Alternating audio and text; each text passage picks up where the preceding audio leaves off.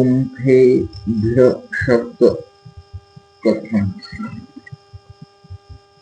मग राणीचा त्या वेद प्रतिष्ठा केल्यानंतर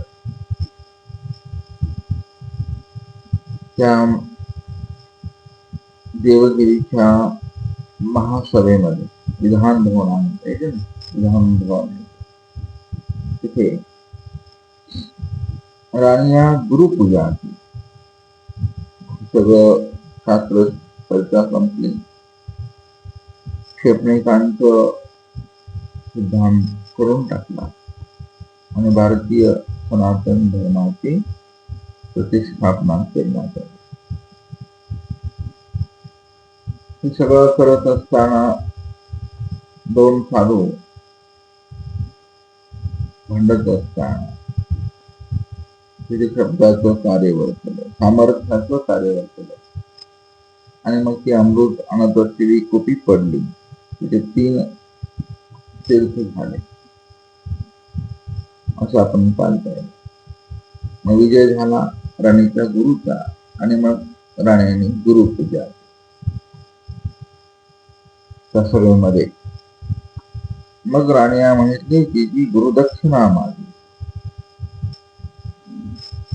ते म्हणतात 1 गुंफा करा मग आम्ही समाधिस्थ होऊ. त्या गुंफा कुठे आहेत सध्या माहित नाही, शोध घेतला पाहिजे. उज्जैनला आहेत नवनाथाच्या गुंफा. महाकाळाचं मंदिर झालं, मग पुढे गेलं एवढा दरवाजा आहे, पण मध्ये 1 किलोमीटर गुंफा आहे नवनाथांच्या. इथे गुंफा राणीने आणि त्या गुरुने सांगितलं मला गुंफा कर मग गुरुदक्षिणेमध्ये, मग आम्ही समाधिस्थ होऊ. मग गुंफा निष्पन्न झाल्यानंतर अदंडीनाथ तेच बसले. गुंफा जापानिली आणि ते 5व्या गुंफेची साधन झाले. वेरूळला 5व्या गुंफा केली. ती गुंफा आपण घर आश्रम जापानच नाही, जापान म्हणजे काय, गुंफा जापान. ब्राह्मण लोक घर वास्तुशांती करतात, पण ते होळी देवतेचे मंत्र म्हणतात, अग्नी पेटवतात, हवन करतात. तो वैदिक कर्मकांडाचा भाग आहे. मग ती शुद्ध होते का नाही माहित नाही. उपवास मानते, गणपतीची पूजा करते. गणपतीने संसारच केला नाही आहे की नाही. लग्नाच्या वेळेला त्या नवरदेवाला कुठे बाहेर ठेवायचं,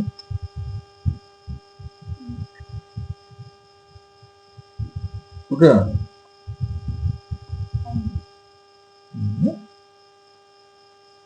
नवरदेव कुठे घेऊन जातात, कोणाच्या हनुमंत. हा त्याने लग्नच केलं नाही म्हणजे असे लग्नच केलं नाही आणि ते हनुमंताच्या पारावर नवरदेवाला त्याला काय माहित लग्नाचा संघर्ष काय असतो विचारा. आशीर्वाद घ्यायला शेवंती चढवायला.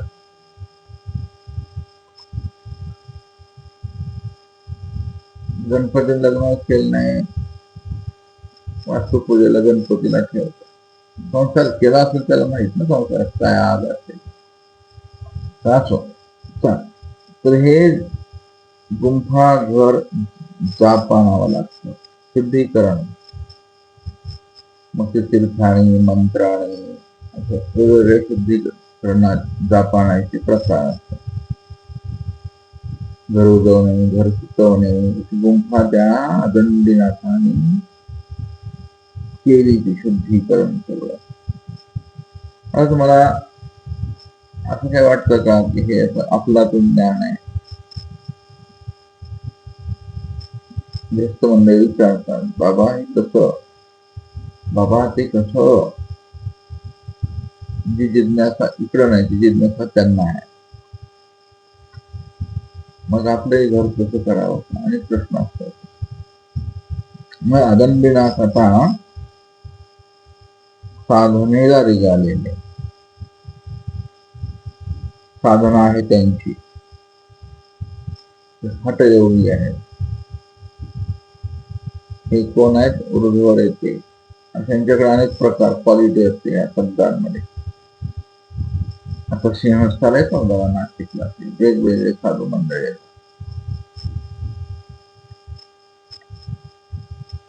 एका पायावर उभा राहणारी, आमच्या नखावर तपस्वी असतात.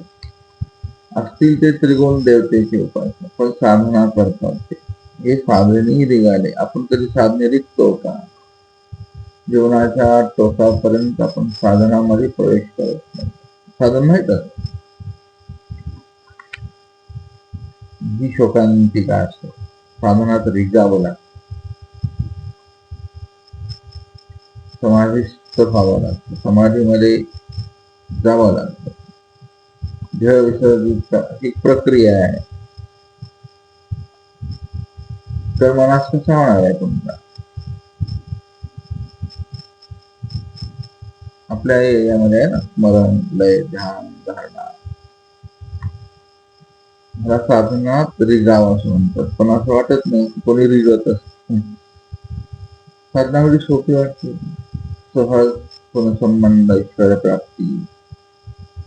विंचू मंत्र म्हणायचा तर त्याला अमावस्या पौर्णिमेला सगळं करावं लागतं प्रत्येक. कावळ उतरायचं बघा, तो उतरतो लगेच कावळ निघतो आहे नाही. ती काही साधना आहे, ते साधनेच रिजावं लागतं. चरित्रामध्ये कोण कोण साधनेच रिगालेले आहे?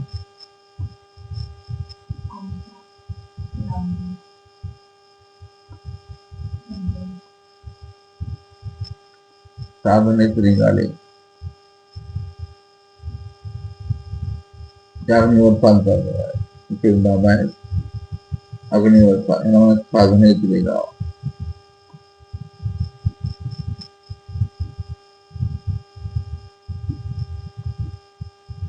त्या कांबराला मरणांची शिक्षा आहे. तो बाजारात निघाला तिकडं, तुला हार दिला.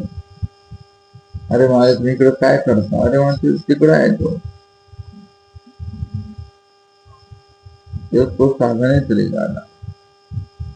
साधनेने काय होतं? साधना जेव्हा आपण प्रवेश करतो तेव्हा देह शुद्ध व्हायला, ओळीत पळीत कांसरे का फुलली, पांढरे केस का झाले, कमरेत का दुखलो, ह्याला म्हणायचे साधनेच रिगाणे. आपलं सगळं दुखतंय, आपल्याला झोप पाहिजे, आपल्याला कसं असं व्यवस्थित थोडस कमी झालं की मन उदास. थोडं सांगते स्वामी आता साधनेच कसं रिक्त,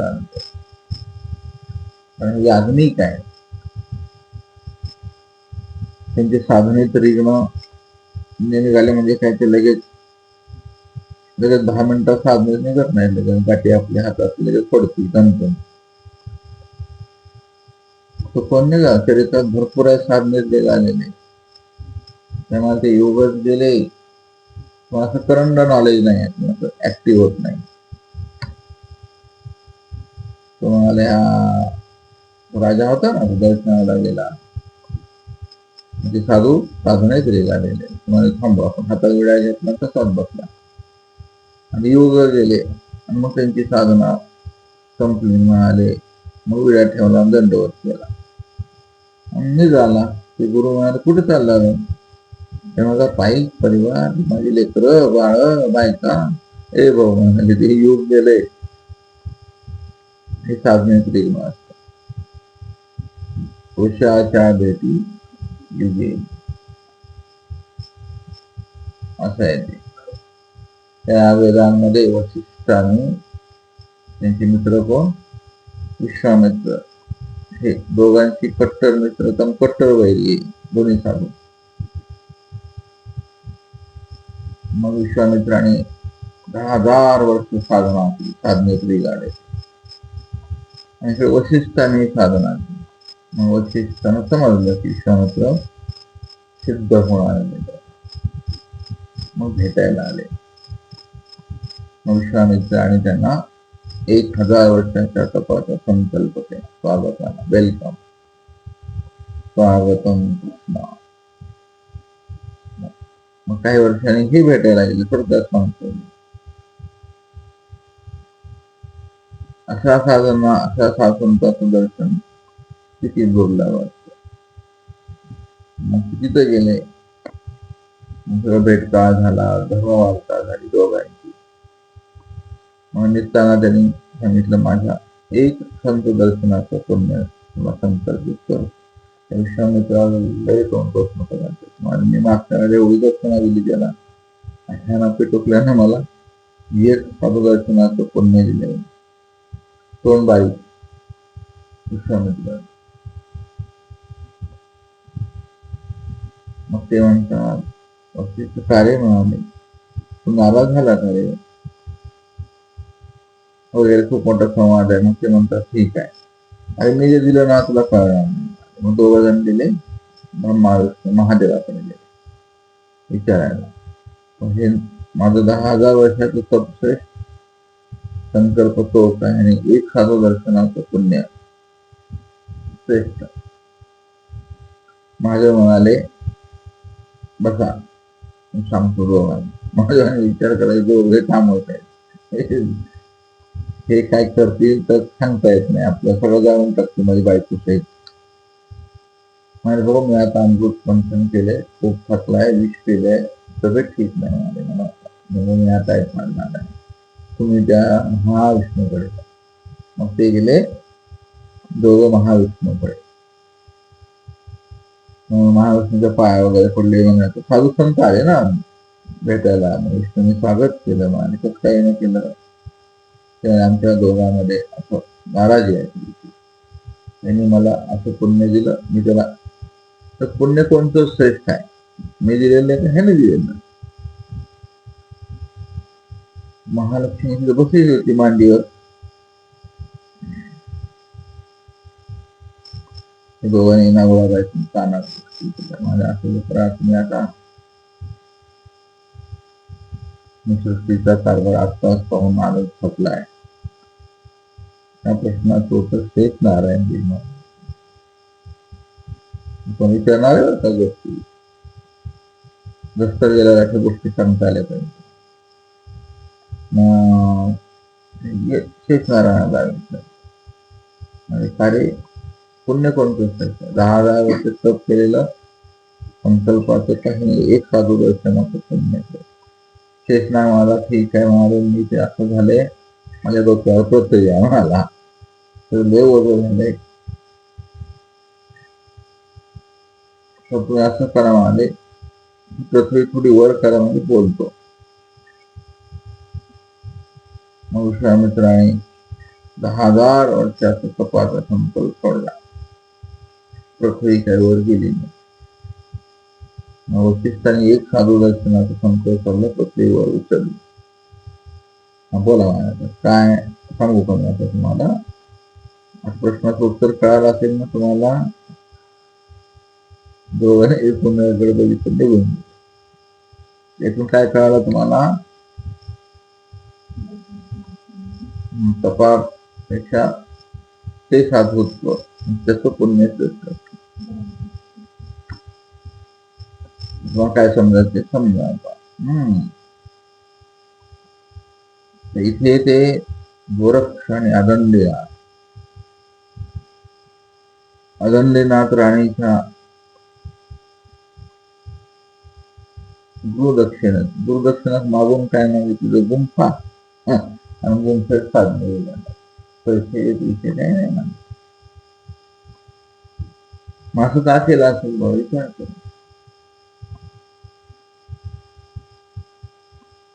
गुंफेत जाऊन बसायचं आहे ना, त्यांना काय हवा नाही लागत, पाणी नाही लागत, त्यांना काय लागत. आपल्याला हे सगळं चहा, नाश्ता, अशा साधनवंताला काय नसतं, एकदा बसले की बसले. ह्याला म्हणायचं साधने त्रिगुण. आणि मग त्यानंतर राणी तयाची प्रतिष्ठा केली. मला वाटतं भारतीय इतिहासामध्ये हे दिग्दर्शन झालं पाहिजे. अजून ते नास्तिक संपलेले आहे. प्रतिष्ठा करणं, वेगवेगळ्या अर्थाने प्रतिष्ठा शब्द येतो. मग तिने देऊळ केलं आदिनाथाचं, आणि ते आदिनाथाचं देऊळ आधी पश्चिमाभिमुख आहे. लिंगाची 10 कोटीची अशी देवळी तिथे.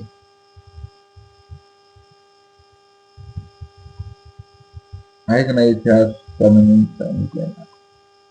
वेरूळचं लेणे हे इंटरनॅशनल लेण आहे. तिथे कसं स्वामींचं लिहायला पाहिजे आपण.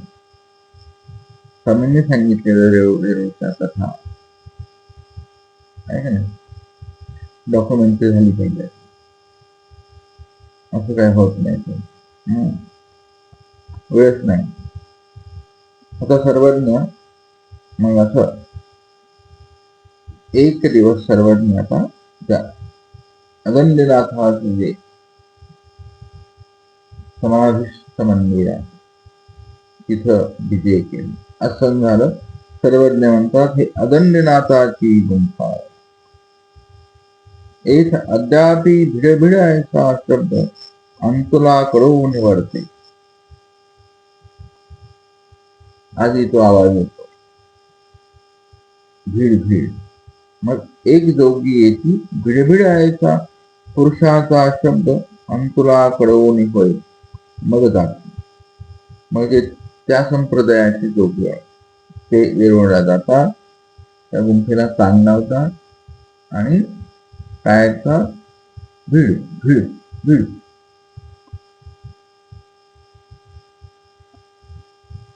असं सामर्थ्य असतं. ते सामर्थ्य निश्चित करतात. ऐसा पुरुषाचा शब्द ऐकून जातात. मग अवघे भक्तिजाने लिंगापाशी जाती, ऐकू ठाकती.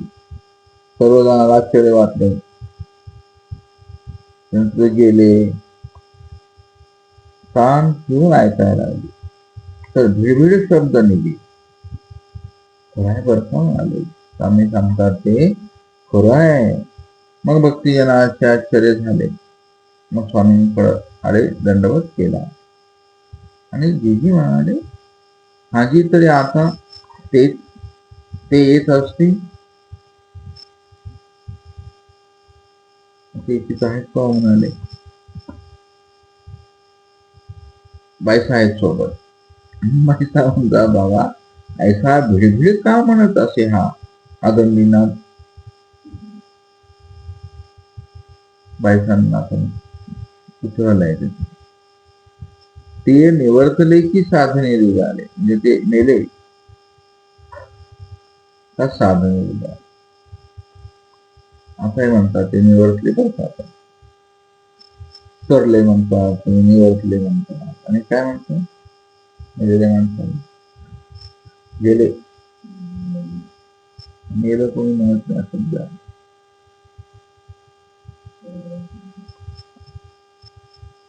देहांत झाला म्हणतात, देहांत.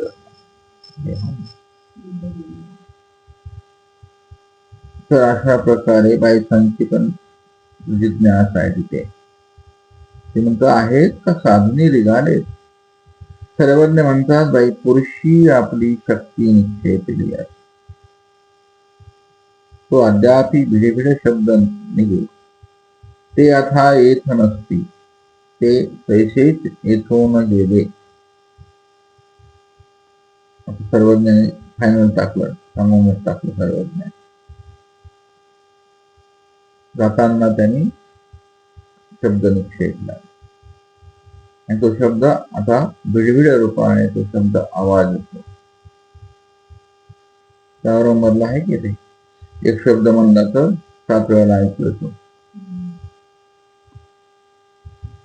औरंगजेबाची काय वगैरे टेक्निक आहे ते.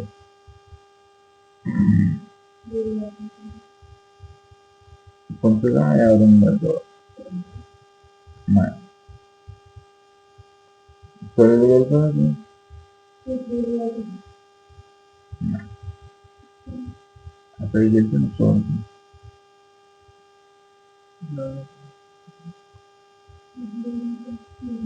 नाही ना, नाही म्हणलं विषय नसलं.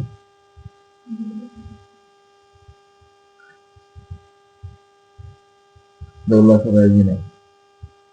वेरूळला जाताना पहिल्या अलीकडे जावं. ठीक नाव तुम्हाला हे बी नाही ते बी नाही हे बी नाही.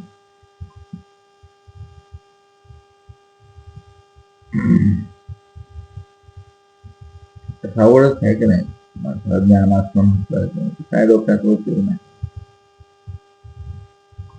स्वामी म्हणतात तो शब्द किती आहे, पण त्यांनी आता तेथून निघून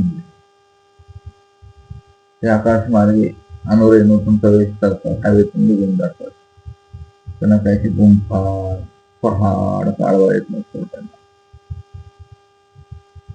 ब्रह्मांडात संचार करतात हे का नाही.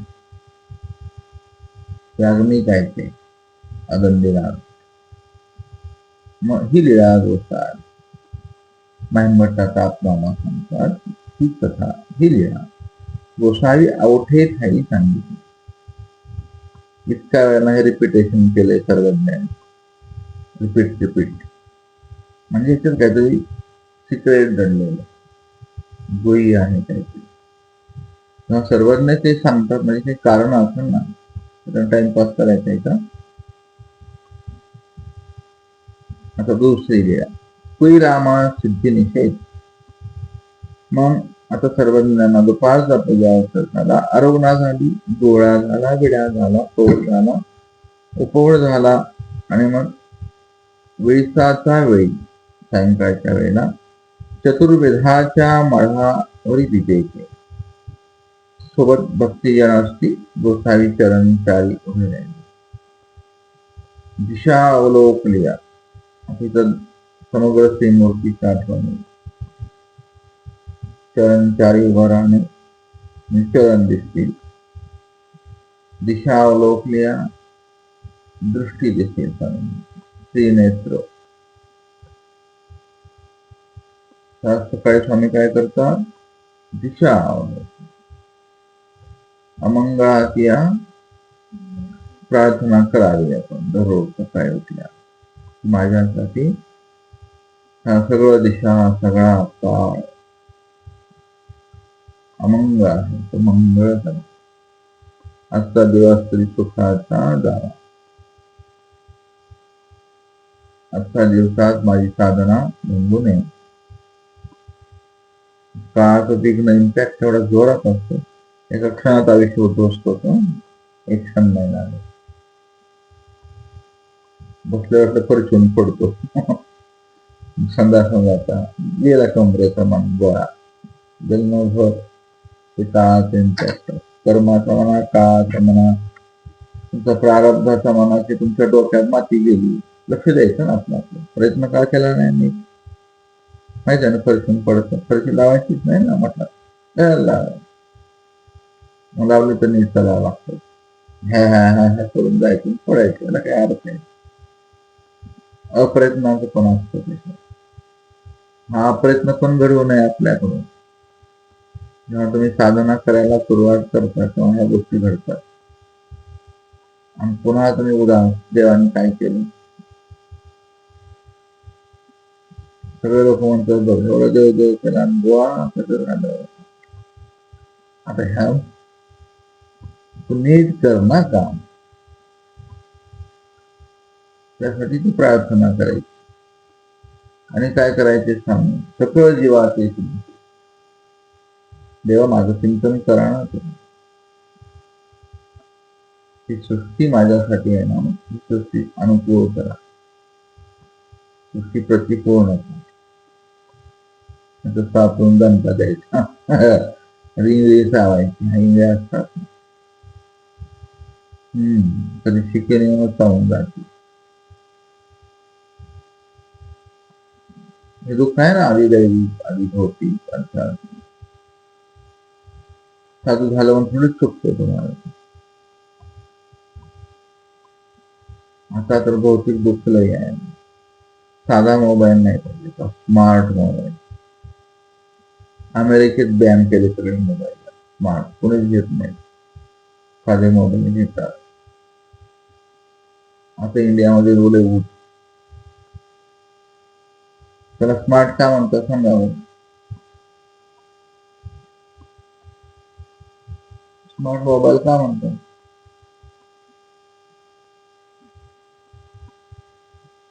माहित आहे? आपण जे पाहतो, जो विषय पाहिला, त्या विषयाच्या संबंधात सगळे विषय कनेक्ट करतो तो आपल्या मनाने, त्याला स्मार्ट म्हणतात. त्याच्या सॉफ्टवेअर मध्ये असं संवेद नाही की तुम्हाला काय हवं ते तिथं वर कळतं. अरे मला हे पाहिजे का, मग तेच ते रील्स पाठवतात. त्यातले हजारो मंडळी ते दाखवत राहतात. एक लिंक अशी करा, बघा, थोडं ज्ञान असतं. जगातले काय काय भारी भारी आहे. इंडियातले लोक काय पाहतात, युट्यूब वाले म्हणणार रस्त्याला मशनरी आहे. मग कोणता वर्ग किती, मी काय पाहिलं हे त्यांना तिथं समजतं की बाबा बर यांच्या या नंबरवरती हे चालतं काय, इंडियात काय चालतं हे तिथं कळतं. हा, इंडियाचे तरुण कसे बर्बाद झाले हे तिथं समजतं आणि तेच खेळ टाकलं जातं. म्हणून त्याला स्मार्टफोन म्हणतात. त्याने आयुष्य उद्ध्वस्त होतं, मेंदू इतका थकून जातो,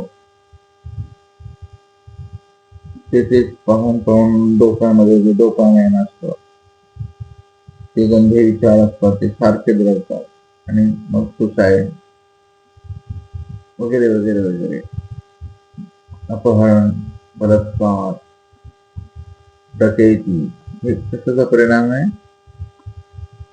त्याचाच परिणाम. मग दुसऱ्या देशामध्ये आता 500 रुपयाचे फोन वापरतात क्लास 1 अधिकारी,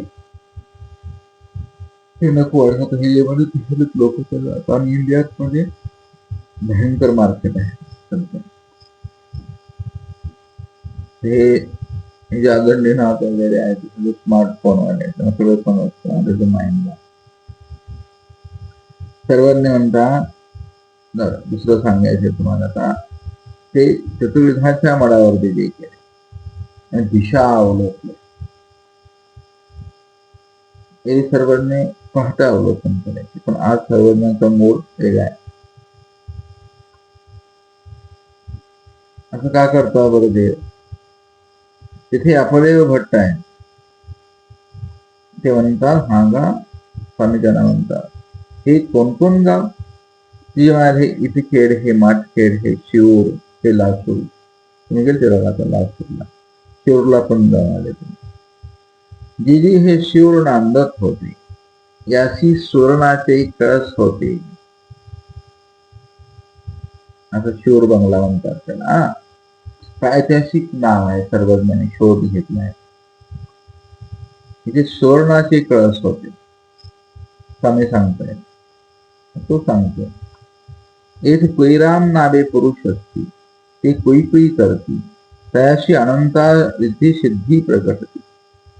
सर्वज्ञ म्हणतात, रिद्धी सिद्धी त्या कशा आला, किंमता जेजी त्याची कांबळ्याची मोठ बांधून पाण्यात घालती आणि त्याची मोठ तरव लागली, त्या उदकावरी आसन घालून बसती आणि ते तरंगत तरंगती. हे कोईराम असं आहे. ते त्यामुळे गटोळ्यात बांधलं तर ते पाण्यावर तरंगायचं आणि उठून बसायचे, देवळात कोंडलं तर ते बाहेर दिसायचे, असे त्या आनंद सिद्धी. सर्वांना म्हणतात, आत कोंडतीन बाहेर दिसती, यात काय नवला म्हणाले, हे चटकाचे कार्य. याला विद्याचं काय म्हणजे, विद्येचं काय संबंध आहे याला? चेटूक विद्या परी सुविद्या नाही. आता आजकाल सगळं तेच आहे, चेटूक चाललेलं असतं. जादूगाराजवळ काय असते?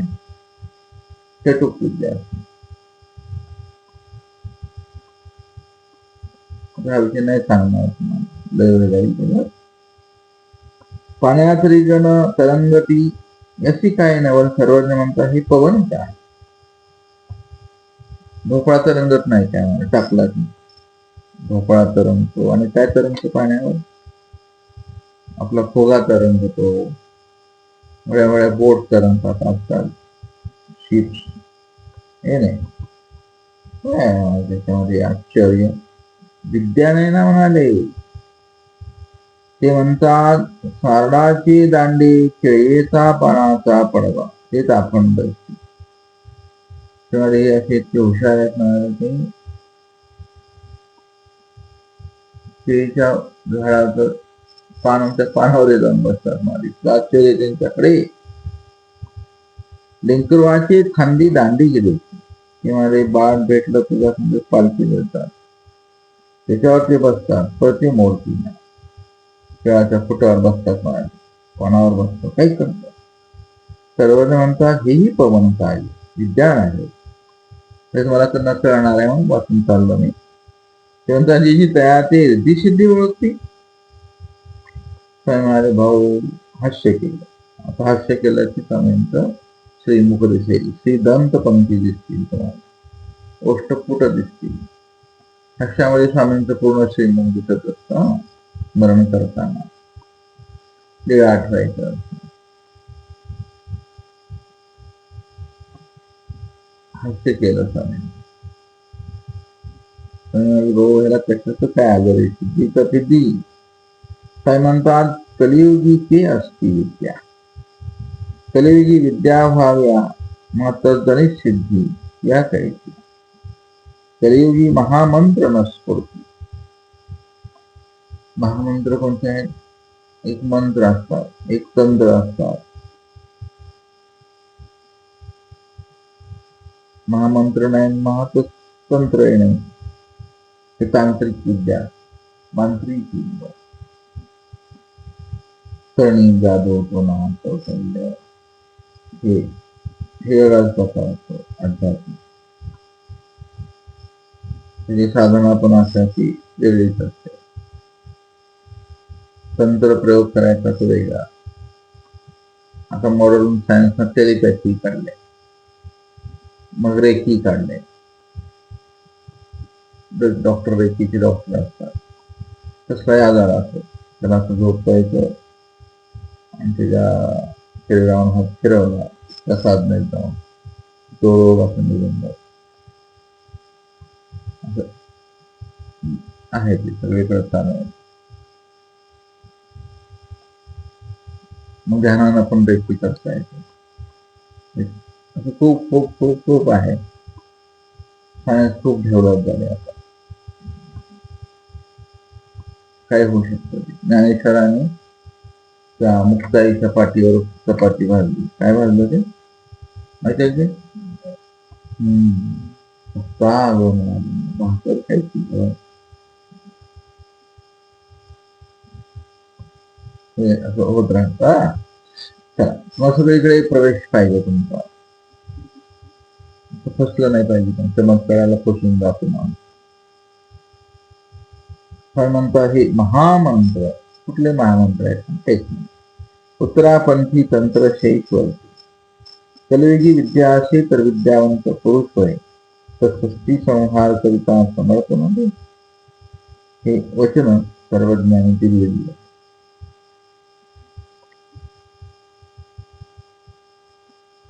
सृष्टी संहार करू शकता पुरुष विद्यावंत, कोपल्यावर काय असतं. मग तिथे अपदेव भट्ट आहेत, भागवत आहेत, ते सगळं स्वामींचं प्रवचन ऐकतायत.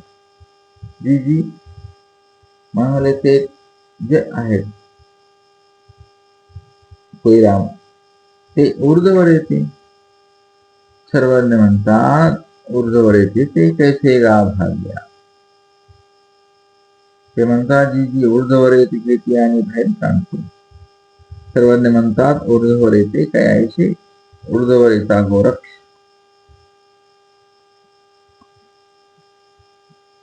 ऊर्ध्वर येता कोण होते, कामाक्ष होते की नाही, गोरक्ष होते.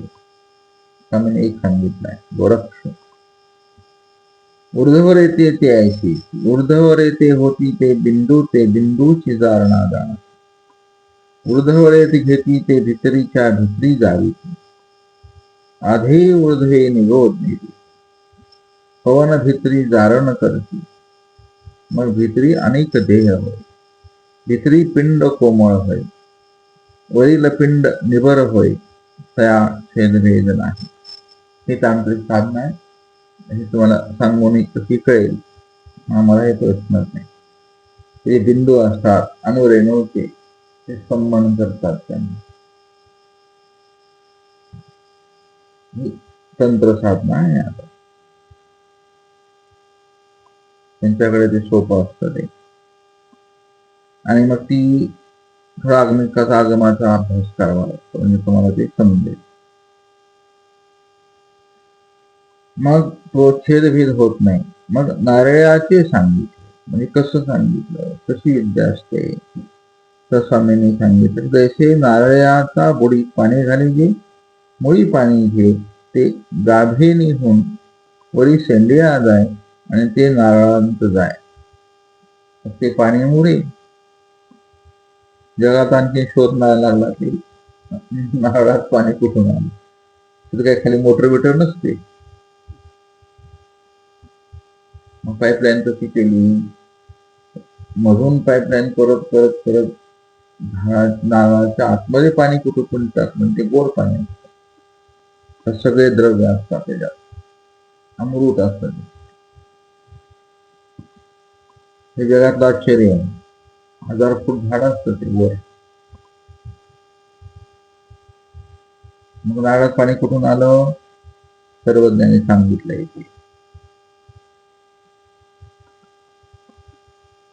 नारळात पाणी जाय,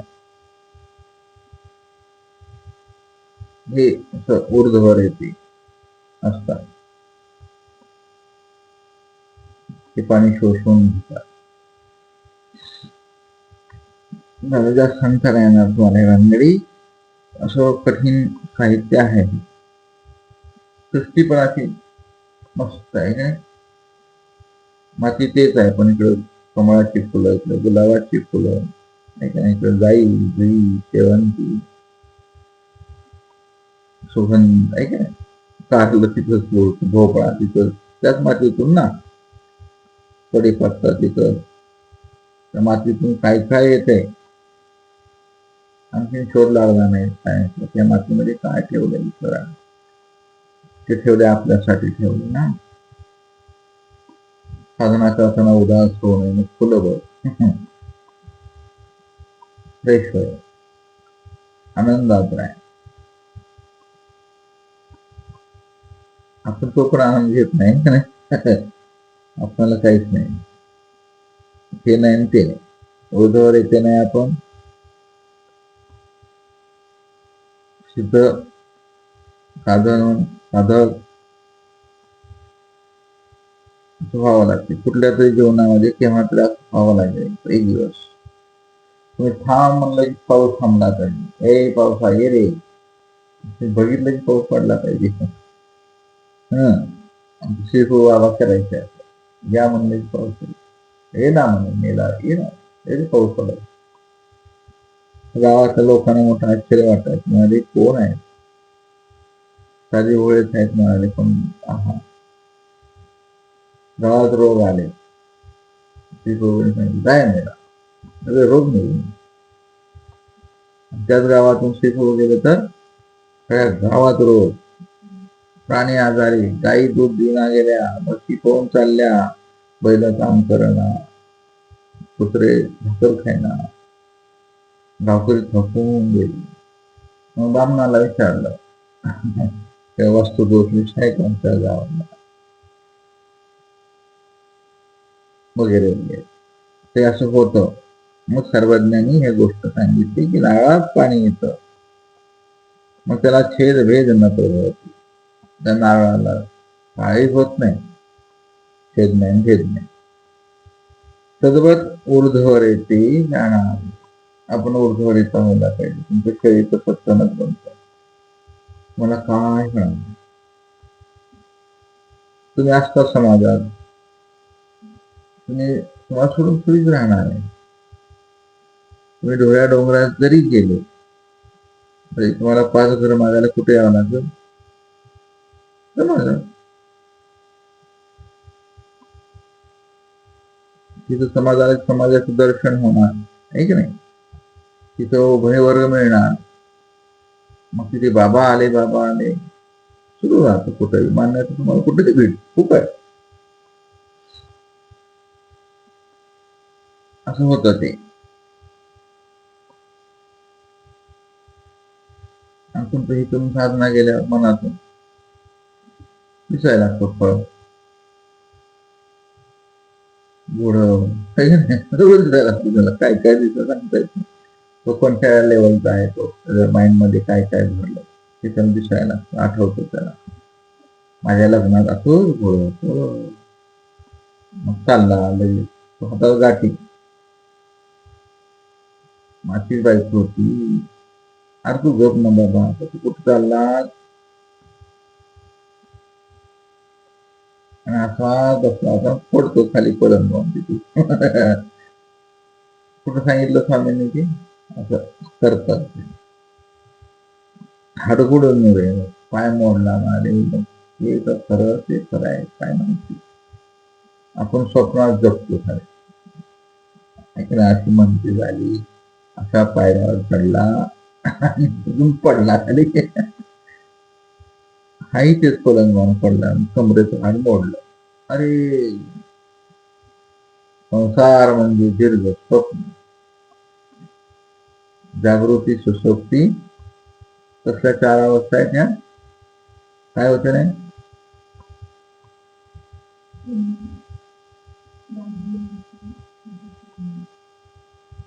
ह्या अवस्था इथे असतात. आपल्याला बोध झालं की, ज्ञान झालं की तुम्हाला उन्मनी अवस्था खाली पाहिजे. जागृती सुसुप्ती स्वप्न सगळीकडे आनंद घ्यायचा असतो जीवन. मरण तुमचं आज आहे का उद्या तुम्हाला कुठं माहिती आहे. मरणाची तारीख नाहीच नाही, अन्न नाही ती. उद्याचा सूर्य तुम्ही पाहाल का नाही पाहाल, का कोणाची चिंता करायची, कशाची चिंता करायची, आणि तुमच्या हातात आहे काय. मेलेलं उठायचं कळत नाही ना तुम्हाला, आमचं पण आहे का नाही. किती ट्रेस पाय काम दिसतात लोक, वाढत बाप काय स्वप्न करतात. असे स्वामी एका वाक्यात सगळं निर्णय घेऊन सांगणारे हे असं असते. नारळात पाणी कसं राहते तसे जगात राहा. आणि मग सर्वज्ञानी सागरा माहिती स्वामींना बऱ्याच गोष्टी येतात. सगळा संपून टाकू एवढा थोडक्यात. कर्म कर कर अंतरसार, कर्म न तुटे भव संसार. सगळा म्हणण्याची पद्धत त्या युट्यूब मध्ये असं बरंच सागडा असतो. ते साहित्य एवढं चांगलं आहे. गुगल करू तर तुम्हाला काय घ्यायचंय ते घेता आलं.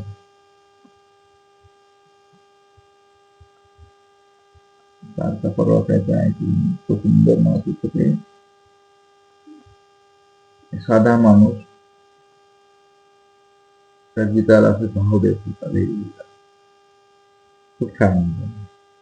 तो फागडा म्हणत होता थोडक्यात. स्वामीने फागडा म्हणला इथे. कर्म कर कर अंतरसा. कर 2 शब्द आहेत. कर्म न तुटे भव संसार, कर्म करिता गोरक्ष न दिसे, देवी नारळने पाणी पैसे, ऊर्ध्वर येते ते आयशी.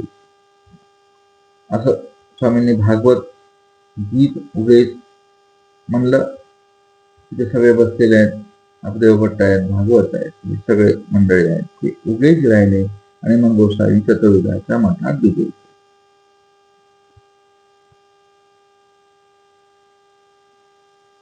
दंडवत